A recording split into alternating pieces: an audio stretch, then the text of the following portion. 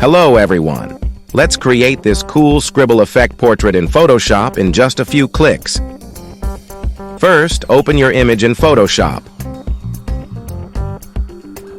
Now create a solid color layer. Here select a black color and hit OK. Drag down the solid color layer. Now click on the subject layer and create a layer mask. Select the layer mask and now go to Image Adjustment Invert. Select the brush tool.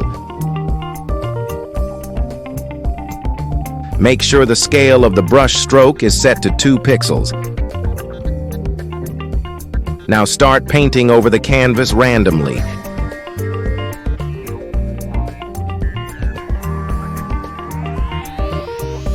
Keep painting until the portraits look exactly the way we want them.